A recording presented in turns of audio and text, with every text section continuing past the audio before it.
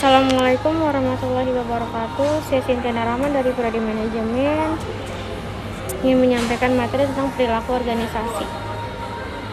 Yang pertama itu pengertian perilaku organisasi.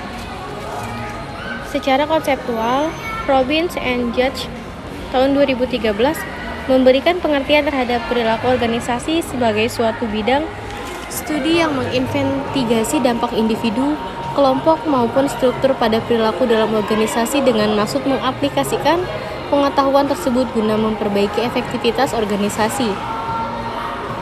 Sebagai suatu bidang studi, perilaku organisasi mempelajari 3 determinan dalam organisasi, yaitu individu atau perorangan, kelompok, dan struktur.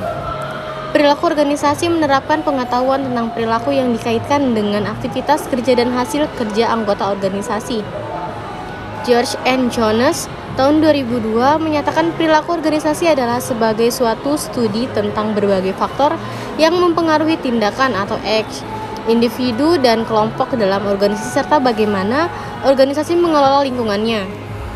Dalam hal ini, George dan Jones sebagaimana juga Robbins and Judge tahun 2013 maupun Gordon tahun 2002 memberi gambaran bahwa studi tentang perilaku organisasi ini menyediakan serangkaian alat, yaitu konsep-konsep dan teori-teori yang dapat membantu orang memahami, menganalisis, dan menjelaskan perilaku dalam organisasi. Secara singkat, perilaku organisasi.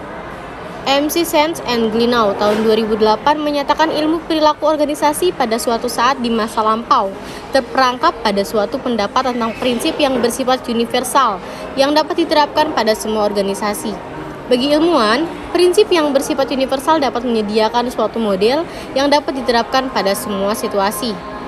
Penulis awal tentang perilaku keorganisasian yang mengembangkan yang bersifat universal adalah Weber. Tahun 1969, Weber dikenal sebagai tokoh aliran organisasi klasik yang menekankan pada penerapan struktur birokrasi yang tinggi pada semua organisasi. Kemudian pada tahun 1950-an timbul pendapat baru dari Libert 1967 yang menemukan 4 sistem organisasi. Manfaat perilaku organisasi. Yang pertama itu, perilaku organisasi adalah studi sistematis tentang tindakan dan sikap yang ditunjukkan orang dalam organisasi. Ini juga membantu setiap individu untuk memahami perilakunya. Perilaku organisasi telah terbukti berperan penting bagi manajer dalam menyelesaikan pekerjaan mereka secara efektif. Perilaku organisasi menekankan pada interaksi dan hubungan antara organisasi dan perilaku individu. Perilaku organisasi memberikan kepuasan kerja kepada karyawan dan membantu dalam mengembangkan perilaku yang berhubungan dengan pekerjaan dalam organisasi. Perilaku organisasi membantu dalam membangun iklim yang memotivasi dalam organisasi. Perilaku organisasi membantu dalam membangun hubungan industrial yang ramah. Perilaku organisasi memperlancar kemajuan pemasaran dengan memberikan wawasan yang lebih dalam tentang perilaku konsumen serta memotivasi dan mengelola karyawan lapangan. Perilaku organisasi membantu dalam memprediksi perilaku dan penerapannya dengan cara berarti memberikan efektivitas dalam organisasi. Elemen perilaku organisasi pertama ada kepemimpinan dan budaya perusahaan, di mana kepemimpinan itu sangat mempengaruhi bagaimana perilaku organisasi itu. Apakah pemimpin perusahaan memimpin dengan gaya kepemimpinan demokrasi atau dengan gaya otoriter? Apakah menjadi pemimpin yang memberikan teladan atau hanya dengan perkataan saja? Apakah kepemimpinan dengan integritas atau seseorang yang tidak walk the talk? Apakah seorang pemimpin melakukan cooking atau tidak? Kesemuanya itu membentuk perilaku organisasi. Kepemimpinan di sini bukan saja kepemimpinan di posisi puncak, namun juga sampai ke tingkat yang paling bawah. 2. Budaya perusahaan. Budaya perusahaan merupakan elemen paling berpengaruh dalam membentuk perilaku organisasi.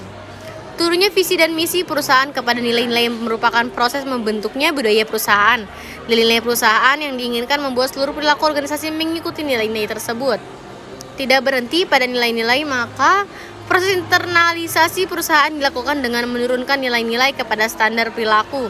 Apa yang boleh dan apa yang tidak.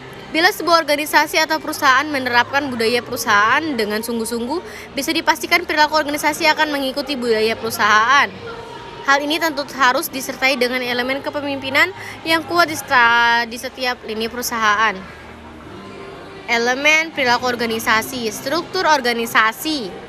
Budaya organisasi selain dipengaruhi oleh kepemimpinan dan budaya perusahaan, struktur organisasi yang dibentuk sangat mempengaruhi bagaimana organisasi berperilaku. 4. Metode komunikasi. Dalam organisasi, metode komunikasi juga membentuk perilaku organisasi. Bila komunikasi dibentuk dengan gaya kekurangan, maka perilaku organisasi akan sangat berbeda pada saat komunikasi yang disusun berdasarkan gaya organisasi formal yang kaku dan penuh dengan tata cara baku. Ruang lingkup perilaku organisasi. MC Sen and Glinow menyatakan bahwa dalam mempelajari perilaku organisasi, perhatian dipusatkan pada 3 karakteristik, yaitu yang pertama perilaku. Fokus dari perilaku keorganisasian adalah perilaku individu dalam organisasi. Untuk dapat memahami perilaku keorganisasian, maka harus mampu memahami perilaku berbagai individu dan organisasi. Yang kedua, struktur. Karakteristik yang kedua dalam mempelajari perilaku keorganisasian adalah struktur dari organisasi dan kelompok. Struktur berkaitan dengan hubungan yang bersifat tetap dalam organisasi, bagaimana pekerjaan-pekerjaan dalam organisasi dirancang, bagaimana pekerjaan-pekerjaan itu diatur dalam organisasi. Struktur organisasi berpengaruh besar terhadap perilaku organisasi atau orang-orang yang dalam organisasi, serta efektivitas dari organisasi tersebut. 3. Proses. Karakteristik yang ketiga dari perilaku keorganisasian adalah proses organisasi. Proses organisasi berkaitan dengan interaksi yang terjadi antara anggota organisasi. Proses organisasi antara lain meliputi komunikasi, kepemimpinan, proses pengambilan keputusan, dan kekuasaan. Salah satu pertimbangan utama dalam merancang struktur organisasi yang efektif adalah agar berbagai proses tersebut dapat dilakukan dengan efisien dan efektif. Pendekatan dalam perilaku organisasi. Pendekatan sumber daya manusia atau suportif, pendekatan kontingensi, pendekatan produktivitas, pendekatan sistem. Selanjutnya, asumsi dasar dalam pendekatan perilaku organisasi. Yang pertama itu ada psikologi. Ilmu psikologi memberikan sumbangan terhadap perilaku keorganisasian, terutama dalam hal memahami tentang perilaku individu dalam organisasi. Yang kedua, sosiologi. Ilmu sosiologi membahas tentang sistem sosialisasi dan interaksi manusia dalam suatu sistem sosial. Antropologi. Ilmu antropologi mempelajari tentang interaksi antara manusia dan lingkungannya. Manusia hidup dalam kelompok dan memiliki kebiasaan-kebiasaan dan nilai-nilai yang dianutnya. 4. Politik, sejarah, dan ekonomi. Bidang ilmu lain seperti ilmu politik, sejarah, dan ilmu ekonomi juga ikut memberikan sumbangan dalam perkembangan ilmu perilaku keorganisasian. Ilmu politik mempelajari tentang perilaku individu dan kelompok dalam suatu lingkungan politik. Sumbangan dari ilmu politik terutama dalam proses mempengaruhi pengalokasian wewenang dan pengelolaan konflik. Ilmu sejarah terutama tentang sejarah dari pemimpin-pemimpin besar di masa lampau atas keberhasilan dan kegagalannya. Beberapa model dari ilmu ekonomi mencoba menjelaskan perilaku individu ketika mereka dihadapkan pada suatu pilihan. Model-model ekonomi tersebut memberikan sumbangan yang berarti terutama dalam proses pengambilan keputusan. Sekian, kurang lebihnya mohon maaf. Wassalamualaikum warahmatullahi wabarakatuh.